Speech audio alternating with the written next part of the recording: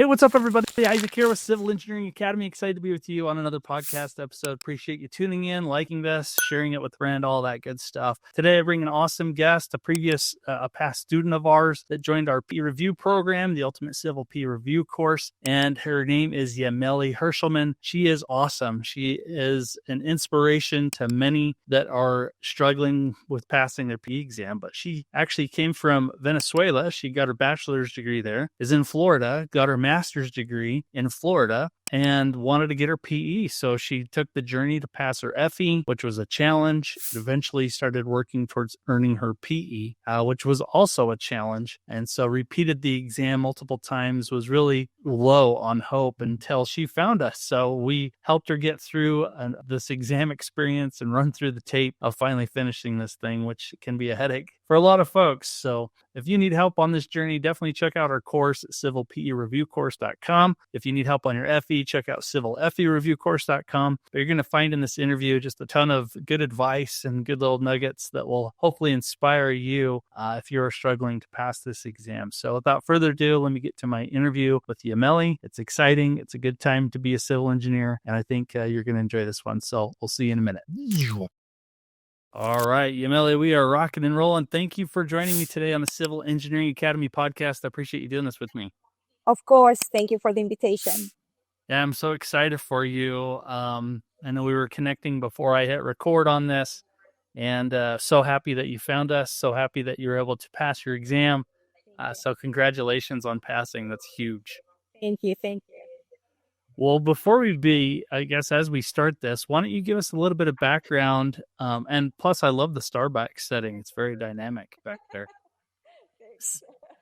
I like it. But why don't you give us a little background on your own journey in becoming a professional engineer? Like, what motivated you to do it? What was your experience like studying? Kind of give us a background of that.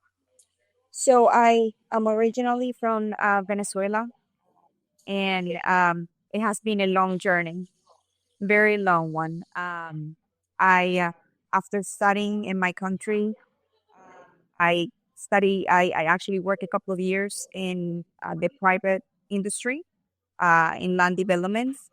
And then after that, I realized that I needed to get a little bit more education. So I decided to take a master's in civil engineering transportation, which got me a little bit more knowledge and understanding about every single project and the challenges that you see in the industry. Um, and then the other thing that my goals were to get the PE. The FE was challenging. I think to me, the FE was the biggest because, it's good when you're a junior. A junior or a senior in college, and you have all that knowledge fresh. It's easier to take it and pass it. But when you're out of school for so long, there's so much material you have to crumble in there, and the stress with the timing and to be able to get all those answers correct. It was challenging. I have heard this name, so Yes. they're both a challenge, but FE, especially if you're out of school for a long time, is hard to Yes. remember your math and all of the subjects that you were hitting hard in school. So that's a good point. So then, to me, it was like, okay, well, I got the FE, I'm ready to walk it. I got my master's, I got all the information I need, and it wasn't the case. It took a while. I took a couple of courses, and it just wasn't happening, and it was disappointing. And so then I said, okay, I think this was the last time I was gonna take it. And I just gave everything to the good Lord and surrendered to Christ. And I found your group.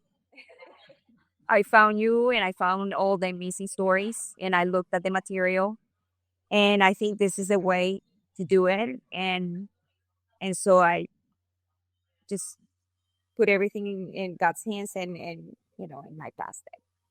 So, but your mindset was like, this was the last time you wanted to do this. Yeah. Like how many times had you taken it? Like where were we in this process? it was like 3, 4, 5, 6. Six Yeah. times. So it was a lot. And I know that NCS, you mentioned something that NCS was changing it and that it was going to be all transportation. And I was like, well, I think this is what I need to do. Cause I knew everything. And sometimes I feel that I was, getting caught up in construction or geotech and so I said, okay, this is the time to do it. But let me tell you that actually the test had a lot of geotech uh, there and also have a lot of water resources too. So I think, as a student, you have to master everything, feel comfortable, hit, the compound curves, just ensure that you have all that knowledge and that you're sure of what you're studying and having. I found very good the formula, that sheets that you have, because it's got everything. So if you have that, Cheat sheet. yes, if you have that material there, it's easier. So That's awesome. yeah. Well, wow, that's so. I mean, it's exciting that you were able to get it done. I'm happy that you found us at the right time. So perfect connection there. What? How do you think our course, the Civil Engineering Academy course, helped you succeed in passing? Like, what was the difference? Um, the geometry is really good. Uh, Again, the test is being designed to test a lot in horizontal and vertical curves. You have to know a lot of equations. You have to know it by heart, like knowing the radius. If you have the radius, you'll be able to get the degree of curvature. Things like that, and then knowing, the compound, what entails. If you have this angle and the other one, if you add it, will you be able to get the radius and the length? Things like that. So again, practicing and then touching base, also with the vertical curves, knowing the other things that I noticed was the intersection side distance. That's something that is always there all the time. So when you're making a left turning, ensuring that you're counting, having the right type of vehicle with the number of lanes. So having all that in consideration in your material is really good at that. So yeah. Well, we love hearing that. You mentioned the specs earlier and how, it was going all transportation. And then you realized, wait, there is still geotech involved. So a lot of those subjects kind of just got pushed into the overall specifications anyway.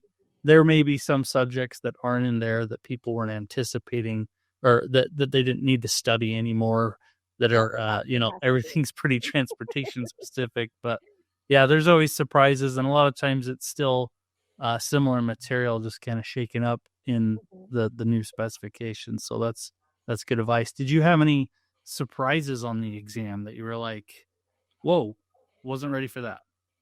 Um, so the morning I always find it challenging. Again, the compound curves was something that I think because I was able to finally master it, I feel comfortable. Then in the afternoon, when I started taking the afternoon, the morning was 45 questions. The afternoon was 35. And so it took me an hour and a half to do 20 questions. And when I left really quick to the bathroom, I was like, oh my God, I've done this so quick. There had to be something wrong. You But frozen. but it's the fact that, the practice and getting comfortable with the material and then, making sure that we're checking things, the way how we have to check it and having confidence. Like the other thing that I noticed is that if there were some questions at the very beginning that I wasn't familiar, so I went to the very end and then start working my way backwards. Um, and so like I start feeling more confident. Like, okay, I know this one, I know that one. Oh, I think I can figure this out. Things like so, That's awesome. yeah. It's awesome when it starts clicking and you're studying, but you can solve problems without much, assistance or help, that's really when Yeah. you start making strides, and everyone can get there. It just takes a little bit of practice. So Yes. that's awesome. Could you touch on, as part of our course, we throw in kind of a homework planner, something that help you build out a schedule to help you study? How important was it for you to kind of build out a study schedule? What did that look like for you in your life? Well, I mean, it's having organization, and not only dividing into subjects, but also touching base on a Friday, like if I was doing horizontal curves, the previous week, um, then the following week, if I was doing vertical, then on a Friday, I would finally touching base with the vertical, but also with the horizontal, so I would not forget. So going over and over, and again, getting familiar with the material, having deadlines, doing a lot of tests. Because when you practice, you have to practice, put yourself in a difficult situation that, because over there, I mean, it's very stressful. I mean, it's very stressful, and you definitely don't want to take it again. No, you don't. Were you studying, I mean, in terms of like a study schedule, were you studying like 2 hours a day, or were you studying in the morning or night, or what did that look like for you? So it varied. Again, at this point, I mean, I'm married with kids. My kids are a little Right. older, but my weekends were full to hit, Saturday and Sunday. During my weekday, I would get up super early and probably do like an hour and a half. And if I didn't, then at night. But the best Okay. time for me was Okay. in the morning and the weekends. And how is your husband supportive of this goal? Because a lot of people out there, they're repeat takers, they're struggling to pass this, but they also have kids, they have responsibilities at home too. Mhm. And so they would love to hear how you managed all that. So it sounds like early study did it, and then on the weekends, but how did you get your spouse on board? Were they fully on board? What did that look like? He was very supportive. He was awesome. He always believed in me.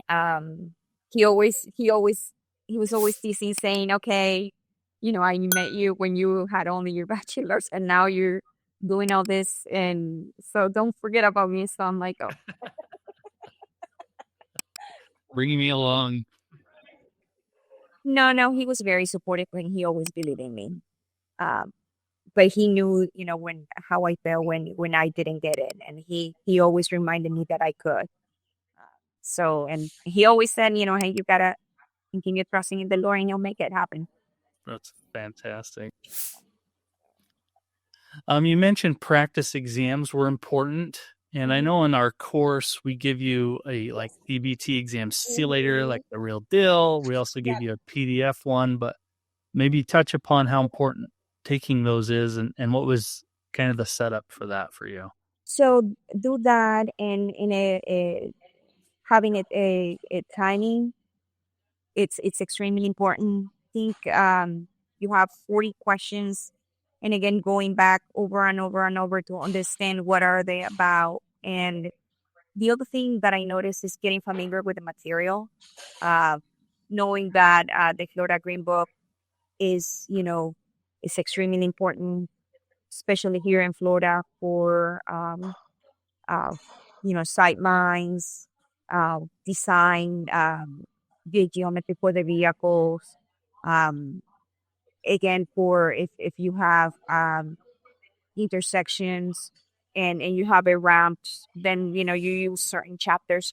So getting very comfortable with all the menus is extremely important because then you save some time and you know where to go. So that's definitely a must. Then the other thing is you also have the PE handbook, uh, where they ask questions that he asked me questions that I was like, I didn't know that I could find it in here, but I sort of figure, you know what I mean? Yeah. Especially for drainage. Um, so like B-notch, looms, things like that you can find in the PE handbook. So again, getting familiar with the material is extremely important. So you know how to save time. That's good. Yeah, we we give you a CBT exam simulator that's supposed to treat it like the real deal. So hopefully that gives you some exposure before the real exam of what it really looks like. And we do allow you to pause it in there. So I'm glad that all that helped you get used to the exam experience.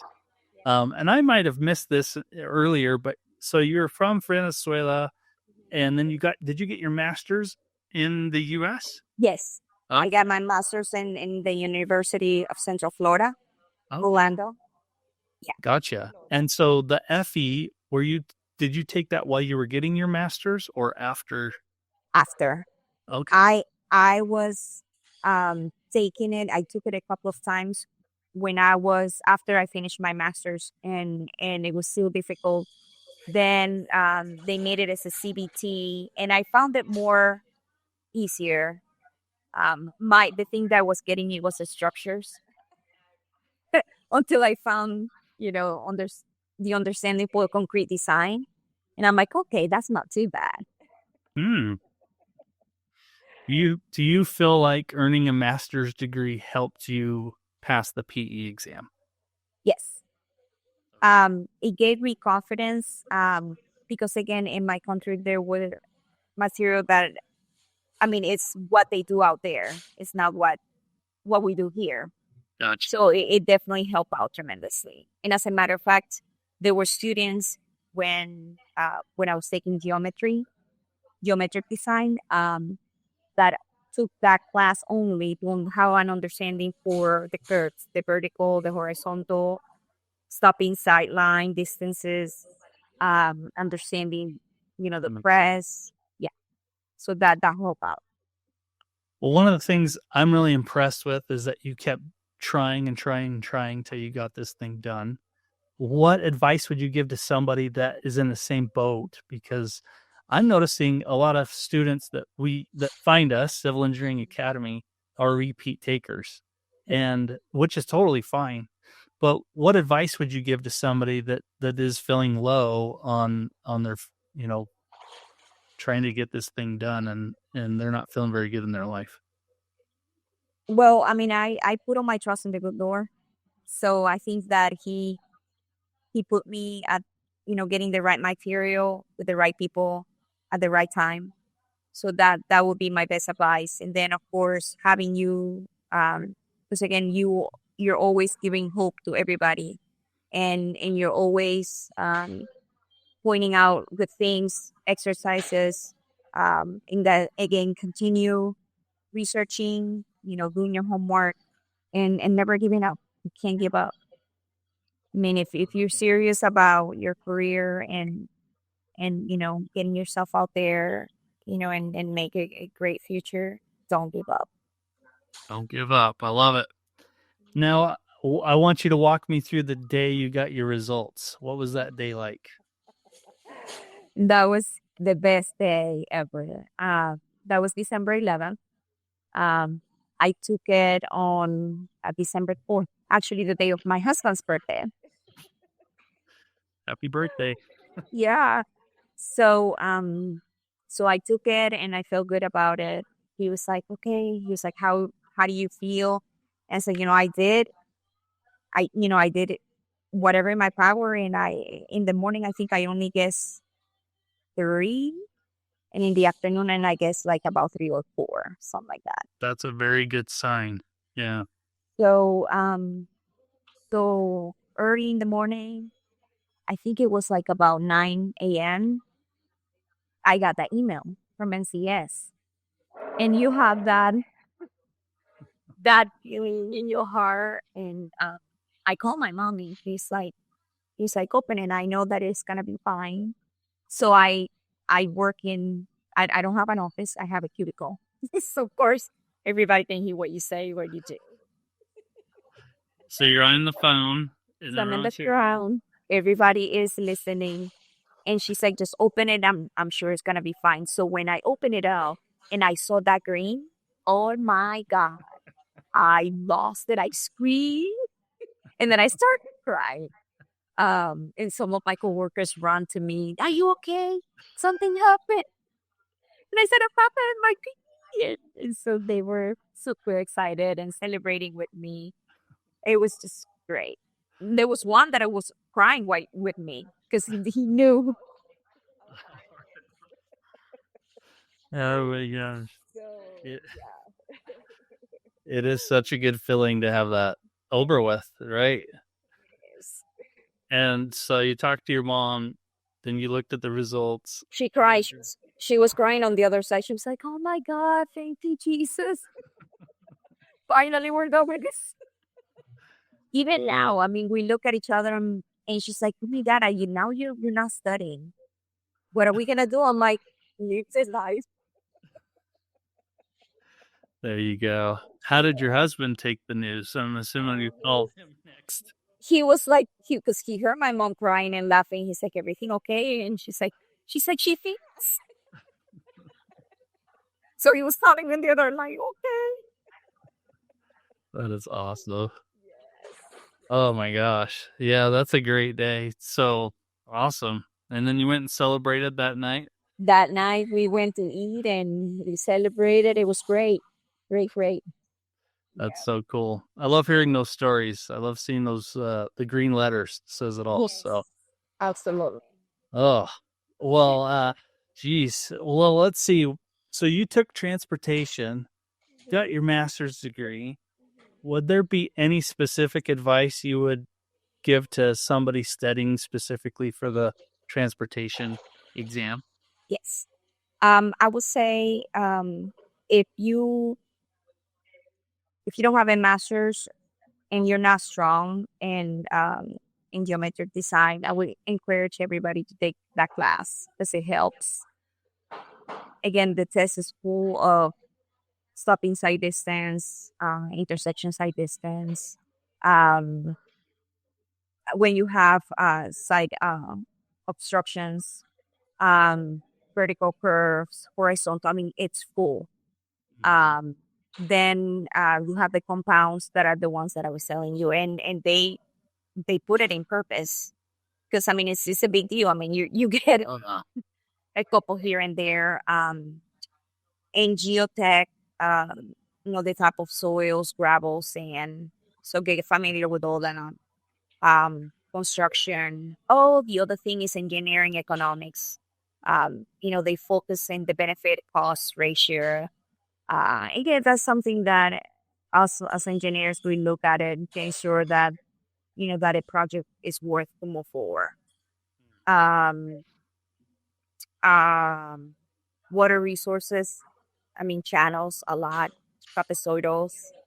Uh, the What about the codes and standards? Like, did you have to?